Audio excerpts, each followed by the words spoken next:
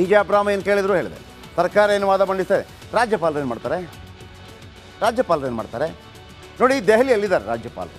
ಈ ದೆಹಲಿ ಹೋದ ತಕ್ಷಣ ಒಂದು ಡೌಟ್ ಬರಲಿಕ್ಕೆ ಶುರುವಾಗುತ್ತೆ. ಯಾಕೆಂದರೆ ರಾಜ್ಯಪಾಲರಿಗೆ ಒಬ್ಬರು ಕೇಳೋರಿದ್ದಾರೆ, ರಾಜ್ಯಪಾಲರನ್ನೊಬ್ಬರು ಕೇಳೋರಿದ್ದಾರೆ. ಯಾರು? ರಾಷ್ಟ್ರಪತಿಗಳು. ಮುಖ್ಯಮಂತ್ರಿಯನ್ನು ಕೇಳೋರಿದ್ದಾರೆ. ಯಾರು? ರಾಜ್ಯಪಾಲರು. ರಾಷ್ಟ್ರಪತಿಗಳು.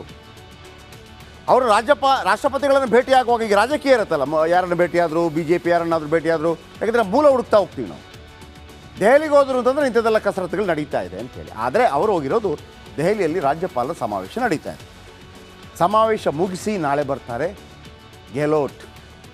ರಾಜ್ಯಪಾಲರ ವಾಪಸಿ ಬಳಿಕ ಪರಾಮರ್ಶೆ ಕಾರ್ಯ ಶುರುವಾಗುತ್ತೆ.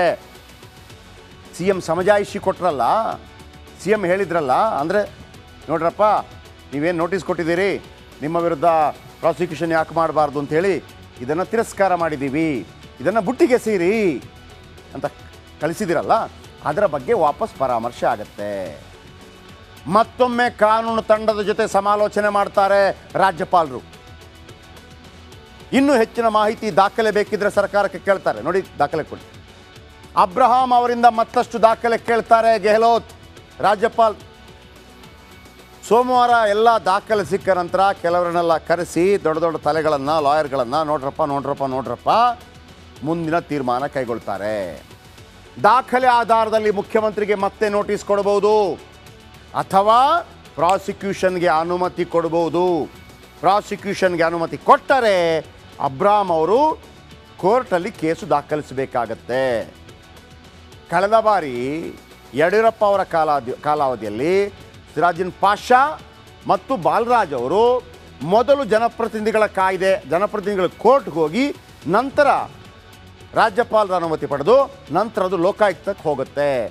ಲೋಕಾಯುಕ್ತದಲ್ಲಿ ಯಾವಾಗ ಪ್ರಾಸಿಕ್ಯೂಷನ್ಗೆ ಅನುಮತಿ ಕೊಡ್ತಾರೆ ಆಗ ರಾಜೀನಾಮೆ ಕೊಡಬೇಕಾಗತ್ತೆ ಯಡಿಯೂರಪ್ಪ ಅವರು ರಾಜೀನಾಮೆ ಕೊಟ್ಟಾಗ ವಿಚಾರಣೆಗೆ ಕರೀತೆ ಲೋಕಾಯುಕ್ತ ಕೋರ್ಟ್. ವಿಚಾರಣೆಗೆ ಕರೆದಾಗ ಅಲ್ಲಿ ಜಾಮೀನು ಅರ್ಜಿ ಸಲ್ಲಿಕೆ ಆಗಿರುತ್ತೆ. ಜಾಮೀನು ಕೊಡೋದಿಲ್ಲ ಕೋರ್ಟ್, ನ್ಯಾಯಾಂಗ ಬಂಧನಕ್ಕೆ ಒಳಗಾಗ್ತಾರೆ ಯಡಿಯೂರಪ್ಪ. ಅದೇ ಥರ ಆಗತ್ತಾ ಇದು?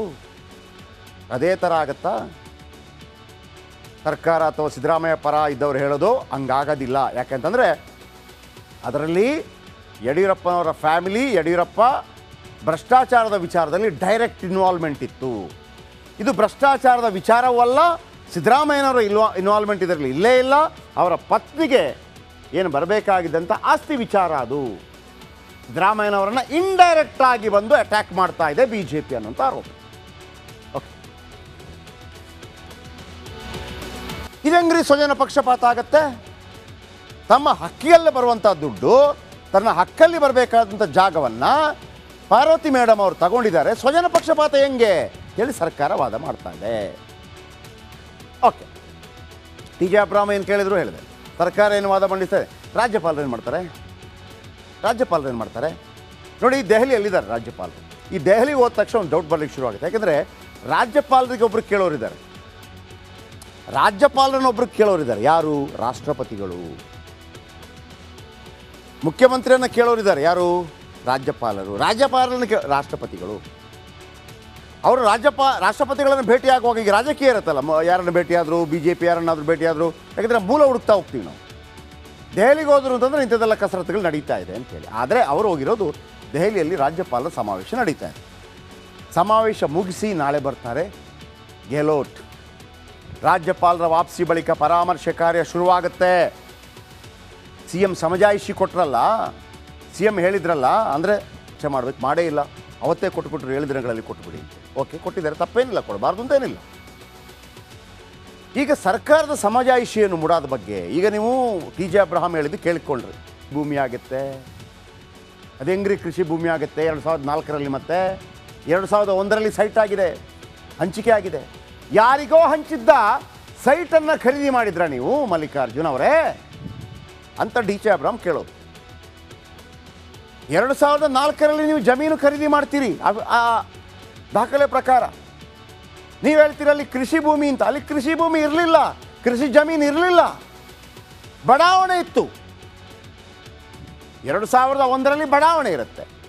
ನೀವು ಖರೀದಿ ಮಾಡಿದ ನಂತರ 2004ಕ್ಕೆ ಖರೀದಿ ಮಾಡ್ತೀರಿ, 2010ರಲ್ಲಿ ಕೃಷಿ ಭೂಮಿ ಅಂತ ನಮೂದು ಮಾಡ್ತೀರಿ. ನೋಡಿ, 9 ವರ್ಷಗಳ ಗ್ಯಾಪ್.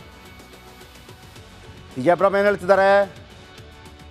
ನೀವು ತಗೊಂಡ್ರೆ ಯಾವಾಗ 2004ರಲ್ಲಿ ಕೃಷಿ ಭೂಮಿಯಿಂದ ತಗೊಳ್ತೀರಿ. ನಮೂದು ಯಾವಾಗ ಮಾಡ್ತೀರಿ? 2010ರಲ್ಲಿ. ಅಂದರೆ 2001ರಲ್ಲಿ ಅದು ದೇವರಾಜ ಬಡಾವಣೆ ಅಂಥೇಳಿ ನಿವೇಶನ ಹಂಚಿಕೆ ಮಾಡಿ ಆಗಿತ್ತು. ಅಲ್ಲಿ ರೋಡ್ ಇತ್ತು, ಅಲ್ಲಿ ಪಾರ್ಕ್ ಇತ್ತು, ಅಲ್ಲಿ ನಿವೇಶನ ಇತ್ತು. 2004ರಲ್ಲಿ ಅದು ಹೆಂಗೆ ಕೃಷಿ ಭೂಮಿ ಆಗುತ್ತೆ?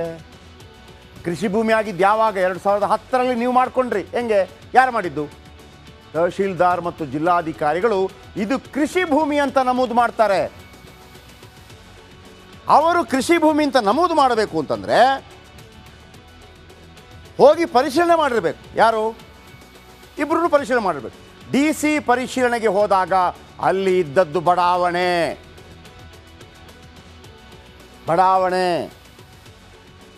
ಆದರೆ ಇಬ್ಬರು ಕೂಡ ಬಡಾವಣೆ ಅಂತ ಬರೆಯೋದಿಲ್ಲ, ಬದಲಾಗಿ ಕೃಷಿ ಭೂಮಿ ಅಂತ ಬರೀತೀರಿ. ಬಡಾವಣೆಗೆ ಅದೇಗೆ ಕೃಷಿ ಭೂಮಿ ಪಟ್ಟ ಕೊಟ್ರಿ? ಅಬ್ರಹಾಂ ಅವರ ಮೂಲಭೂತ ಪ್ರಶ್ನೆ ಇದು. ಬಡಾವಣೆ ಜಾಗವನ್ನು ಕೃಷಿ ಜಮೀನು ಅಂತ ಮಾಡ್ಬೋದಾ? ಕೃಷಿ ಭೂಮಿ ಅಲ್ಲದ ಜಾಗ ಮಾರಾಟ ಮಾಡ್ಬೋದಾ? ಈಗ ಸೈಟ್ ಪಡೆದವರ ಹೆಸರಲ್ಲಿ ಇವರು ಕಂದಾಯ ಕಟ್ತಾರಾ? ಅಂದರೆ ಉದ್ದೇಶ ಏನು ಗೊತ್ತಾ? ಈಗ ಆ ತಹಶೀಲ್ದಾರ್, ಆ ಜಿಲ್ಲಾಧಿಕಾರಿಗಳ ಮೇಲೆ ಪ್ರಭಾವ ಬೀರಿದವರು ನೀವು ಅಂತ ಆರೋಪ. ನೀವು ಹೇಳಿದ ಕಾರಣಕ್ಕಾಗಿ ಅವರು ಕೃಷಿ ಭೂಮಿ ಅಂತ ನಮೂದು ಮಾಡಿದ್ದಾರೆ. ಜಾಗ ಎಲ್ಲ ತಗೊಂಡಿದ್ರು. ಯಾರು ನೋಡಿಲ್ಲ, ನಾವು ನೋಡಿದ್ವಿ, ಕೃಷಿ ಭೂಮಿ ಅಂತ ಹೇಳ್ತಾ ಇದ್ದೀವಿ. ಅರ್ಥ ಆಯ್ತಲ್ಲ? ಓಕೆ. ಇನ್ನು ಮುಡಾ ಕೇಸ್ನಲ್ಲಿ ತಮ್ಮ ವಿರುದ್ಧ ಆರೋಪಗಳನ್ನು ಕೇಳಿ ಬಂದಿದ್ದೆ ತಡ CM ಸಿದ್ದರಾಮಯ್ಯ ಗರಂ ಆಗಿಬಿಟ್ರು.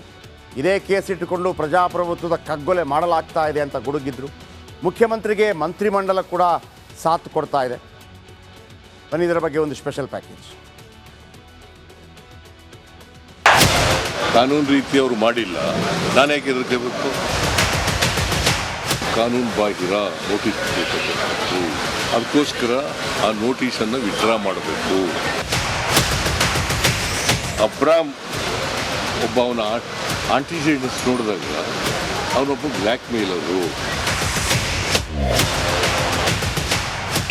ಸೊ ಅವರು ಕೊಟ್ಟಿರ್ತಕ್ಕಂಥ ನೋಟಿಸು ಕಾನೂನು ಬಾಹಿರವಾದದ್ದು. ಇದು ಸಂವಿಧಾನವನ್ನು ಕೊಲೆ ಮಾಡ್ತಕ್ಕಂಥ ರೀತಿ ಇದೆ. ರಾಜ್ಯ ರಾಜಕಾರಣದಲ್ಲಿ ಭರ್ಜರಿ ಬೆಳವಣಿಗೆಗಳು ನಡೆಯುತ್ತಿವೆ. ಮೂಡ ಹಗರಣದಲ್ಲಿ ಸಿಲುಕಿ ತೊಳಲಾಡ್ತಾ ಇರೋ ಮುಖ್ಯಮಂತ್ರಿ ಸಿದ್ದರಾಮಯ್ಯಗೆ ರಾಜ್ಯಪಾಲ ಗೆಹ್ಲೋಟ್